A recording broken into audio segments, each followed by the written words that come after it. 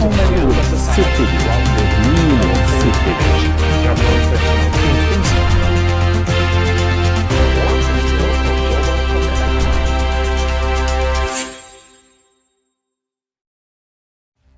The next government will shape the future of Jamaica's economy, from taxes and jobs to energy and investment. And Corporate Jamaica wants answers. I'm Daniel Pasley, and this is Business at the Ballot, the Corporate Mandate, a special pre-election series brought to you by CBX. In the days leading up to Jamaica's general election on September 3, we are putting the economic agenda at the center of the conversation. This series is about one simple mandate. How will our next government create the conditions for businesses and, by extension, Jamaicans to thrive? To frame this discussion, CBX reached out to Corporate Jamaica, including the Private Sector Organization of Jamaica, PSOJ, the Jamaica Manufacturers and Exporters Association, JMEA, and the Jamaica Chamber of Commerce, JCC. We asked them, what questions do you want answered by our future leaders? Today, those questions will guide our conversation, and we have with us a special guest to unpack the concerns of Corporate Jamaica. Don't go anywhere. Business at the Ballot, the Corporate Mandate, continues right after this break. Whether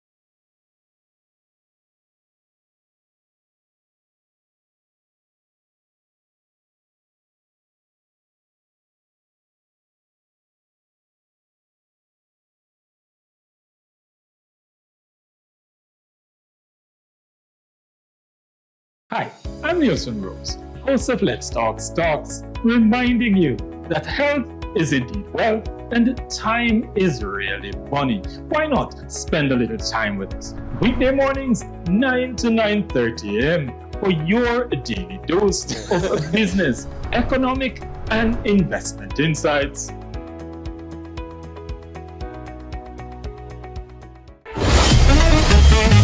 That could be your brand new 2026 Beijing X55 SUV for just $2,500. It's the JSSE's first ever car raffle. In collaboration with Checker, Fesco, and General Accident Insurance. Grab your tickets at Fontana, York Pharmacy, Fesco, Mothers, Busroad, Supreme Ventures, or online at jsseja.com or caribcast.com. Entry ends November 29, grand draw December 11, 2025. Proceeds support JSSE projects. Learn more at jsse.jamstock.ex.com. Approved by the Betting, Gaming and Lotteries Commission. Must be 18 years or older to enter. Rev up your Christmas with just $2,500. And we say, Put your compassion in action and purchase your tickets today. The next government will shape the future of Jamaica's How many would sit with you? Really sit with you?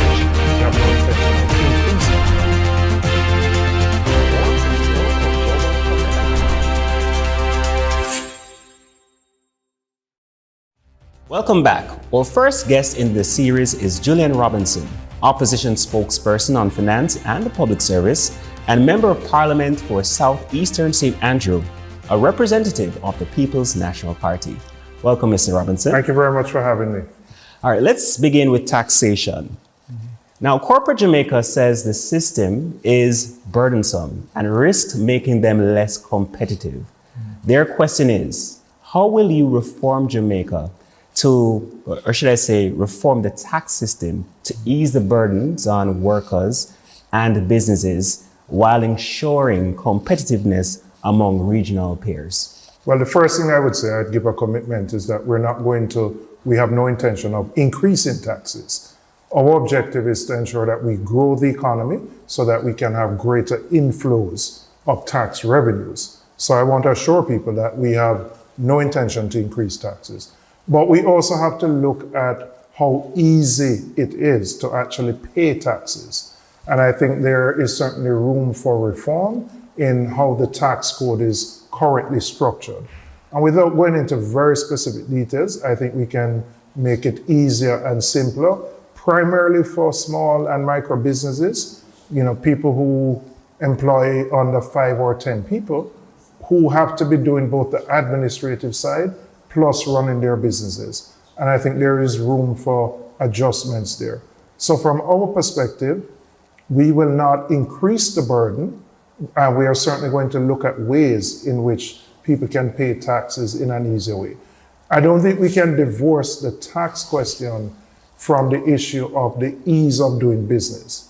I mean, people raise the issue of taxes, but almost concurrent with that is, how easy is it for me to open a bank account, for example, Right. and do other things? And I think we have to continue to work on ensuring that our ranking in the ease of doing business is moving in the right direction, so that it is easier for persons who want to do business to open accounts, to be able to pay their bills, etc. Some progress has been made in digitizing services, government services, and that's something that we would continue to build on and to improve, so that you don't need to physically go to a government office and spend half a day when you can do something online. Right. And we're going to continue that type of activity. I just want to follow up on the ease of doing business and moving into the digital space. Yeah. Some persons would ask, I'm not so au fait with technology, especially our older Jamaicans. How will you take them into consideration? I think we have to look at digital literacy, particularly for older Jamaicans, and provide support to them. But, without a doubt, the way the world is moving is more digital and less physical. I mean, from my perspective, I'm a little puzzled at the government building out more offices for TAJ. I mean, I do think you have to have comfortable space for people to work in. But Right. frankly, I mean, I can pay my property taxes. If I get a ticket while I'm driving, I can pay it online. I can pay my income taxes online. So, the facilities are there for more and more of these things to be done digitally. So I don't think we should be building more offices, but where we have challenges with like the older generation, support needs to be provided for them so that they can embrace the technology. But it's certainly more efficient for government, and it's more efficient for an individual versus, and I think this is a good step. I noticed for motor vehicle registration, Yes. you can now do that online, versus somebody having to spend a couple of hours in a tax office. So I think, government has to provide the support to particular groups that are not as comfortable embracing the digital transformation, which the world is going through. And you mentioned about the ease of doing business, and I want to look at the micro, small, and medium enterprises, particularly women-led businesses. Yeah. They're calling for affordable financing to grow and export. So essentially, they're asking, what policies would you implement to expand affordable financing, especially for MSMEs and female-led businesses, so that they can scale and grow?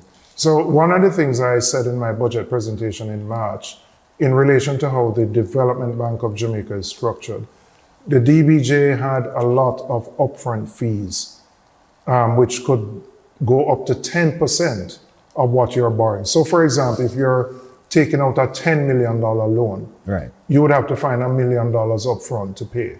Now, if you can afford to find $1 million upfront to pay, you probably don't need a $10 million loan.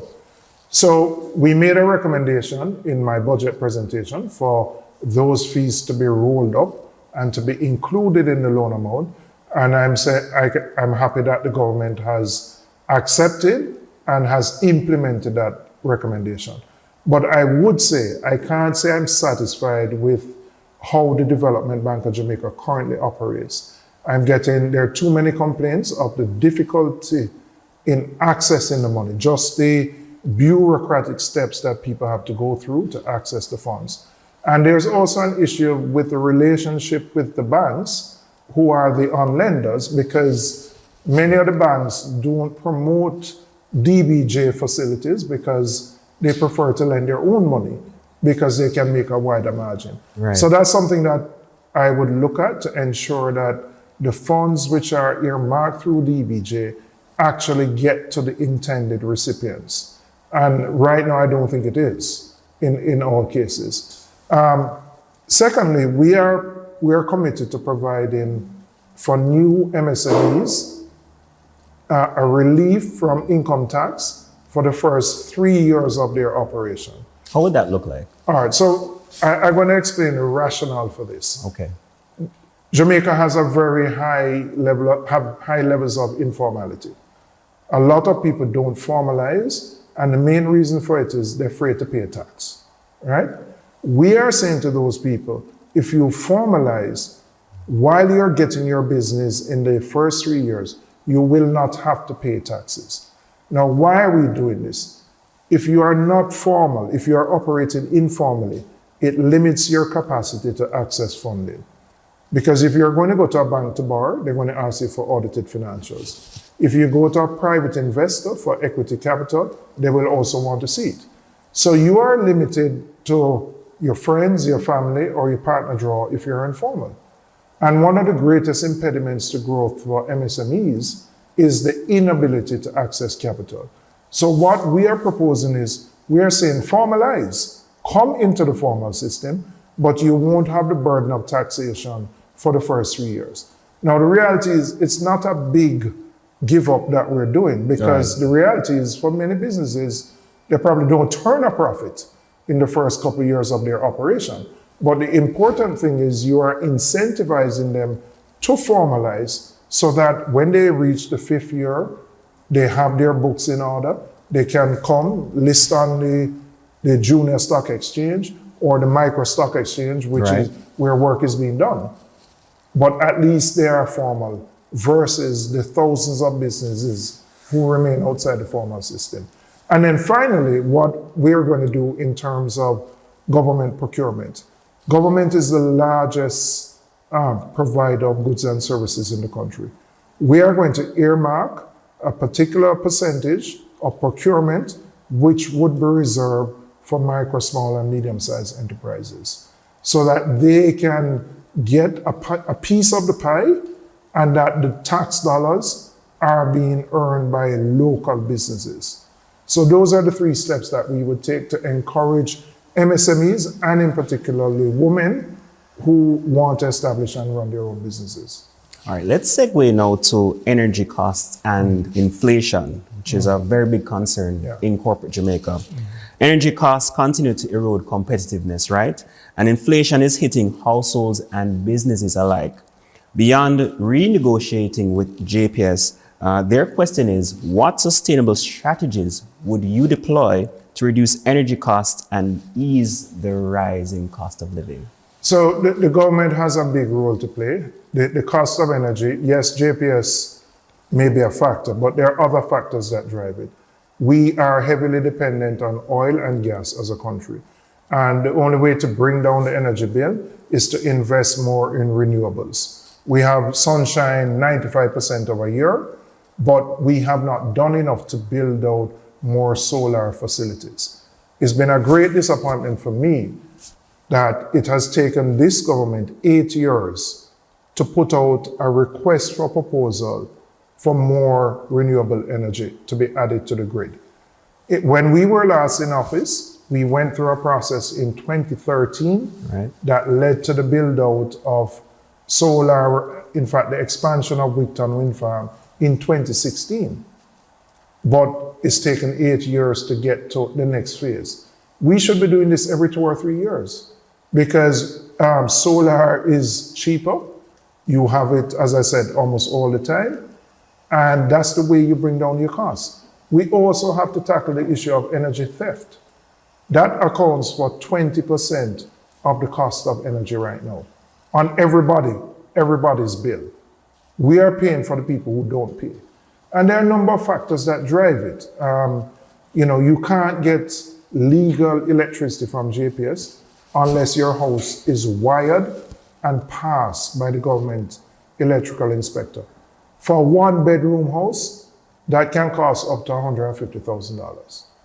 So it is prohibitive for persons, particularly in informal settlements, what we call squatting, to afford to get legal light. So government has to play a role in helping them and also looking at whether you have microgrids. So you may, in communities, install a solar facility because there is energy poverty as well, where some of these people cannot necessarily afford to pay the full cost of energy. So you find, again, using renewables, you find a way to bring that cost down. So we're committed to more renewables on the grid, tackling the issue of energy theft.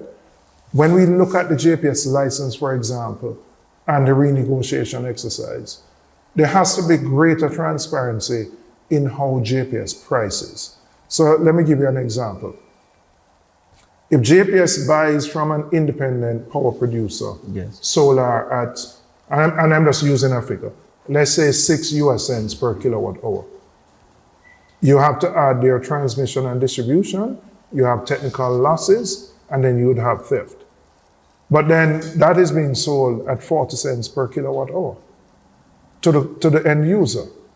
Now, nobody knows in the mix whether it is really the solar, whether it is gas, whether it is oil. So there has to be greater transparency in the pricing mechanism so that I know that if I'm paying 40 cents, it really should be 40 versus 20 cents per kilowatt hour. And so government has to, with the OUR, work out a mechanism to ensure that transparency. Energy cost is probably the greatest impediment to growth. Jamaica can't compete against our peers in the Caribbean when we have the highest energy costs at 40 odd cents per kilowatt hour. When we left office, it was about 26 cents. It has actually gone up. And we're committed to bringing it back down, not just for businesses, but for individuals. Because if you ask any householder, what is your largest cost? Energy is the number one. And what about the concerns about inflation? That's an issue that has been on the tip of the lips of many persons. How would you address that? All right, so you have the Bank of Jamaica, which is independent now, has a responsibility for managing inflation. And so they do it through a number of different things. They use their interest rate policy, they use interventions in the foreign exchange market, because quite frankly, a significant part of what drives inflation is the exchange rate.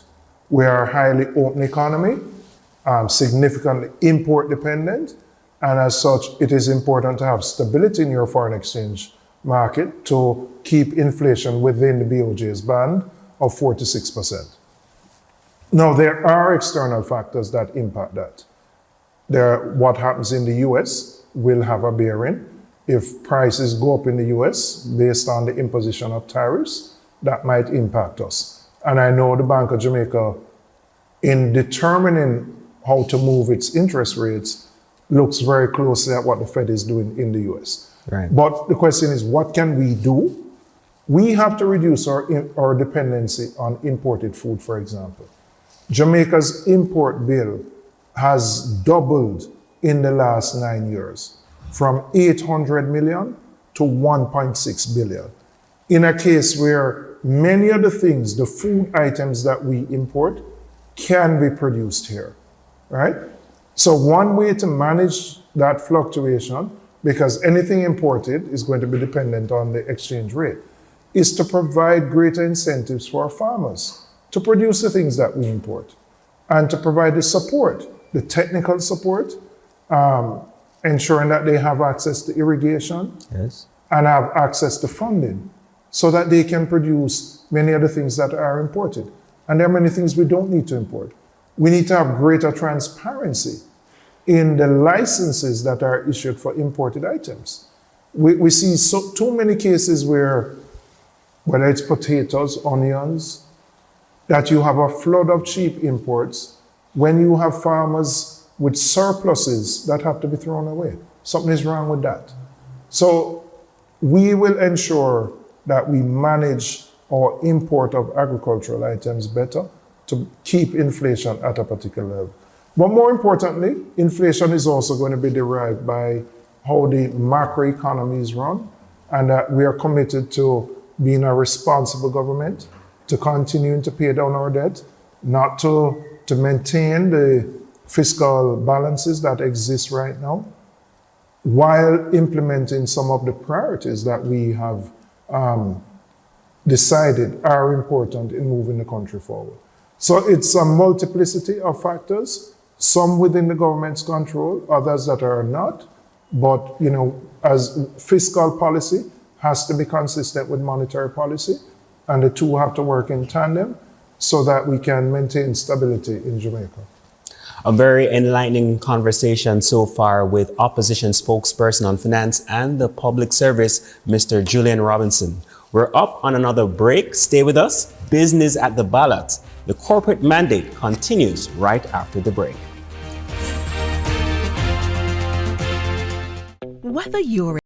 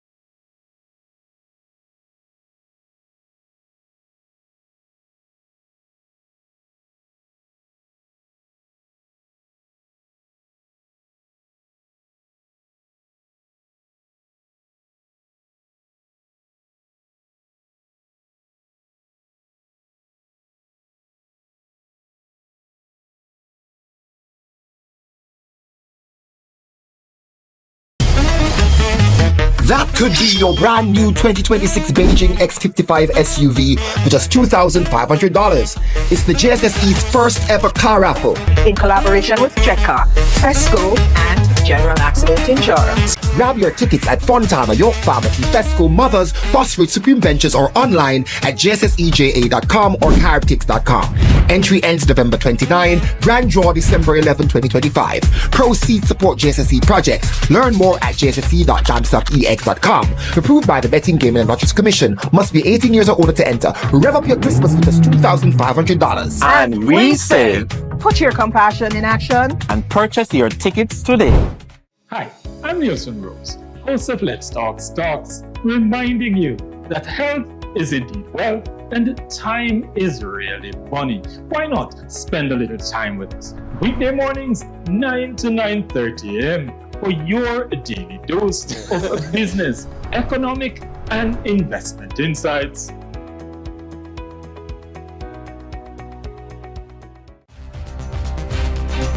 The next government will shape the future of Jamaica's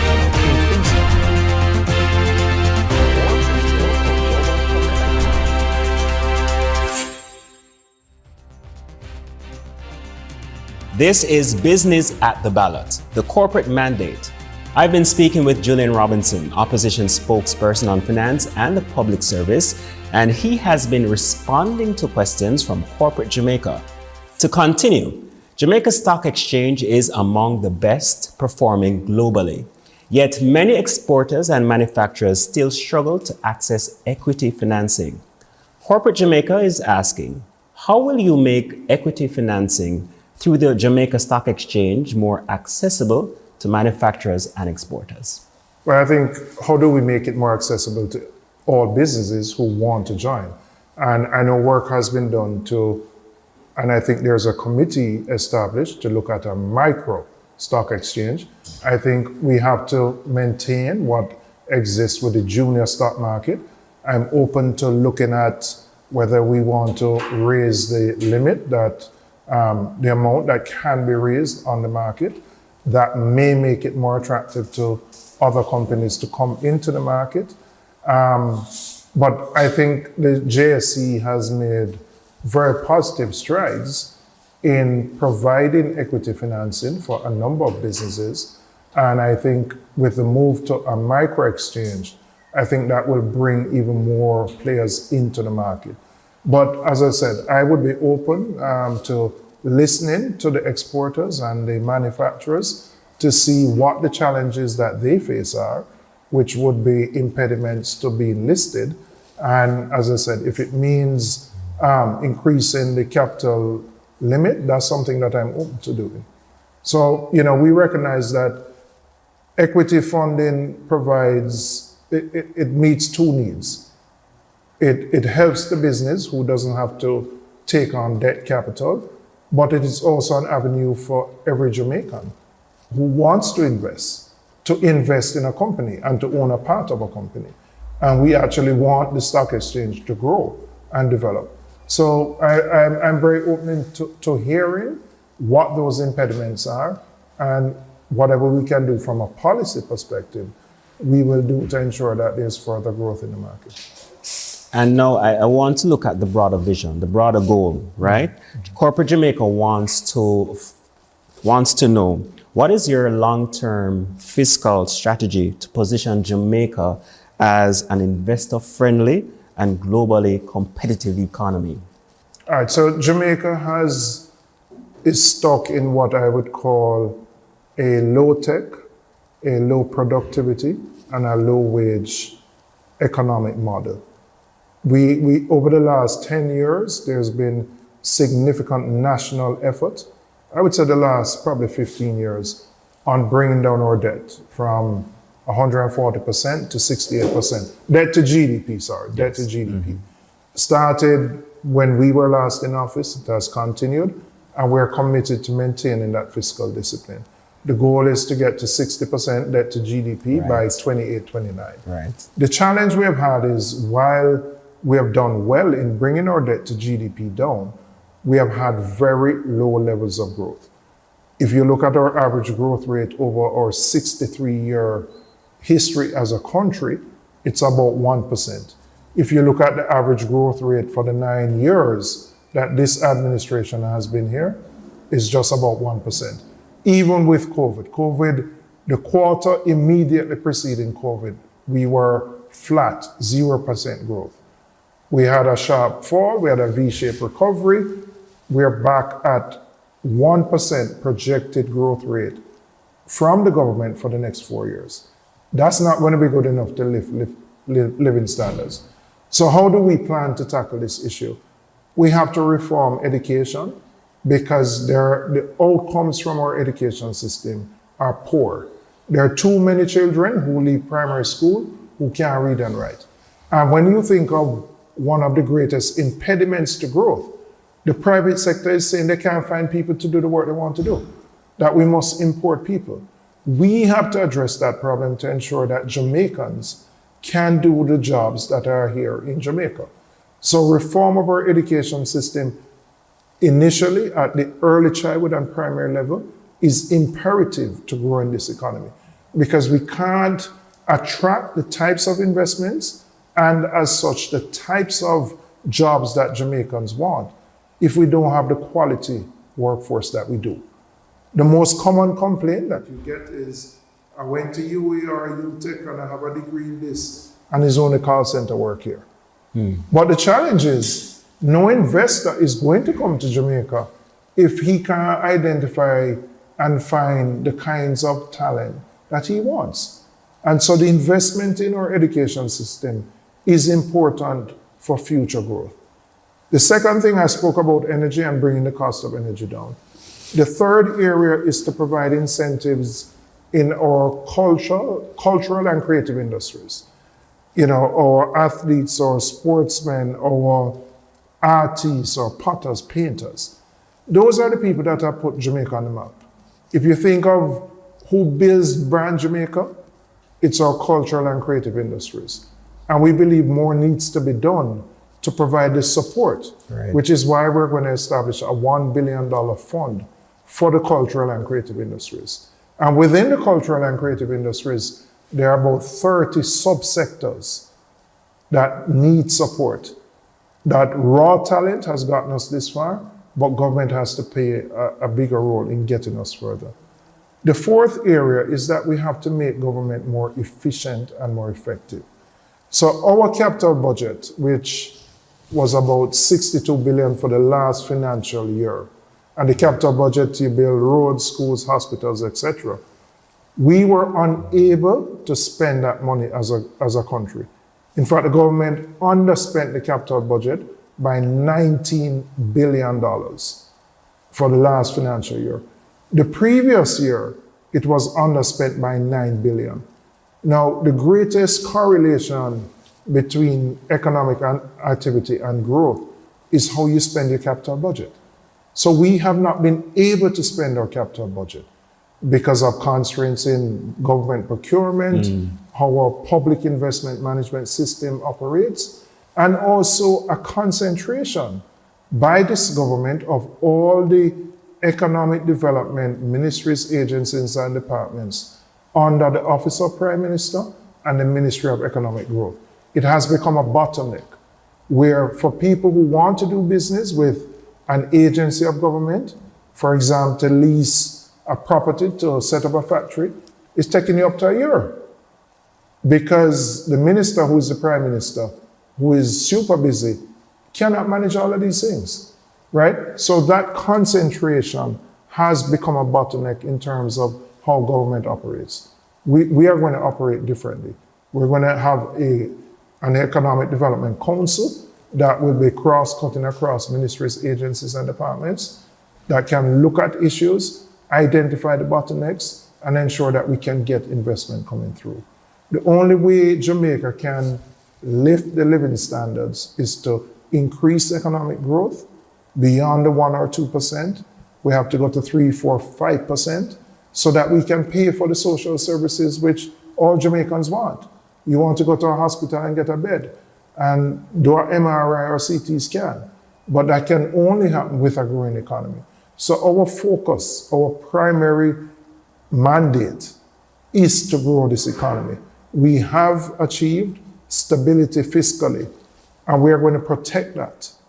But we are going to be very aggressive in removing the impediments to growth so that we can lift the living standards of all Jamaicans. And I just want to touch on low productivity. How would you address low productivity? Yeah. So one of the things that we are committed to doing is reforming how HEART currently operates. We are going to provide matching grants to companies who invest in upskilling their labor and their workforce. Now, part of what the technology revolution has done is we were training a whole lot of, let's say, software developers, right? But AI can actually code better than human beings. And nobody knows the needs of their workforce better than the company itself. So we're saying if you invest $100 in upskilling your workers, we will match that. And those funds will come from HEART. So HEART will continue to play the role it does. But we are going to say this is an incentive to you as a business to invest in your workers. Because if we don't lift productivity, we can't lift the growth rate. And we're going to be always competing against cheaper imports of goods and services because we simply can't do it well enough here. So improving productivity, which has actually declined, is a major plank of how we plan to grow the economy. Thank you, Mr. Robinson, for engaging the business community and answering their concerns. Thank you very much. And to our viewers, this is only the first in the series, Business at the Ballot, the corporate mandate. We'll be putting these same questions to the Jamaica Labour Party. I'm Daniel Pasley, and that was the corporate mandate. Thanks for watching CBX, your region, your business, your source for economic coverage of Jamaica's 2025 general election.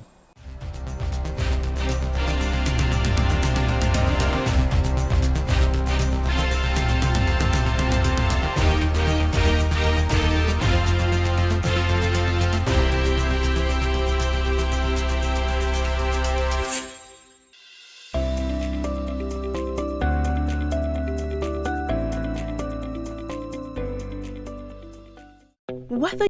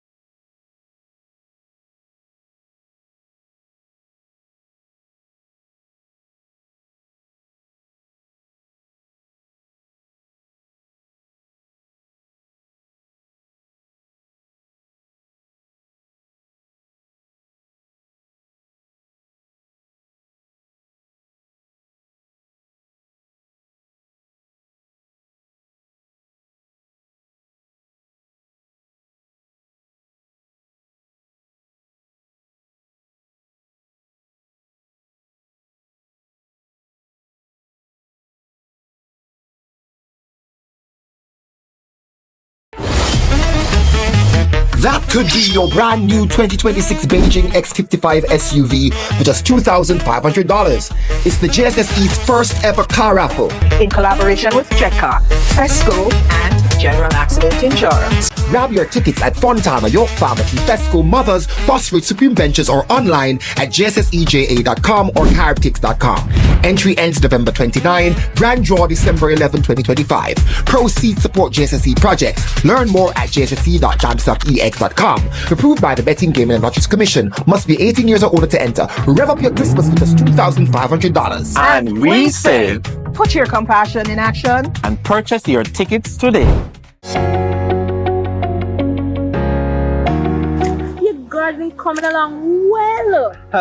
Thanks, man. You know, it's a long time I've been working at it. I can see that. I saw your mail by the gate, so I'll pick it up for you. But tell me something. Why are you still receiving dividend checks by mail? What do you mean about that? You need to give JCST a mandate. You know, me hear about the mandate them. I'm going over there right now. A mandate means giving instructions to the Jamaica Central Securities Depository Limited, JCST, relating to the handling of your dividend or interest payment. There are 3 types of mandates. The first is a bank mandate. The second is a hold mandate. Lastly, we have what we call a third-party mandate, with which the investor may wish to send their dividend or interest to someone other than the parties on their account or institution of their choice.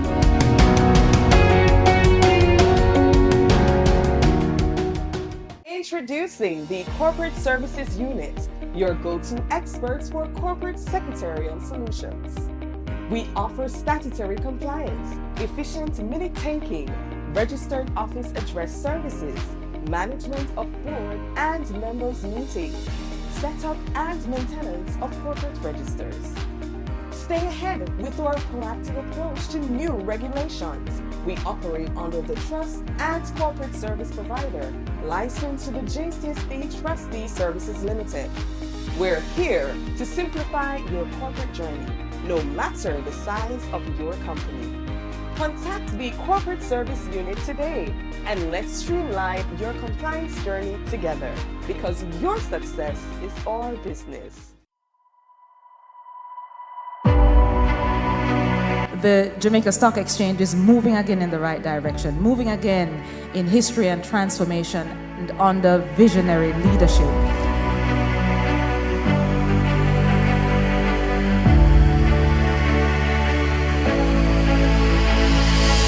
Generations to come, like my son and my son's children, by the time they are able to talk, they understand things to do with the stock exchange.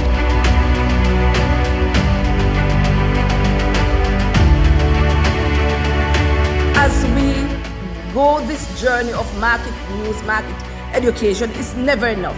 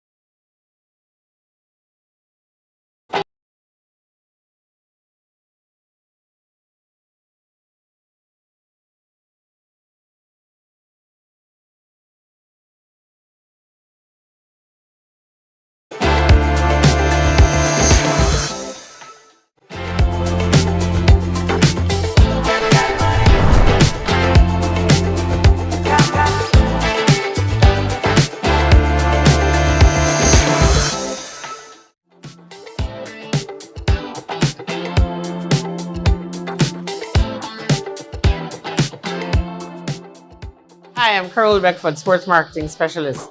For all your in-depth news, views, and interviews and other financial information, tune in to CBX. Happy anniversary, CBX!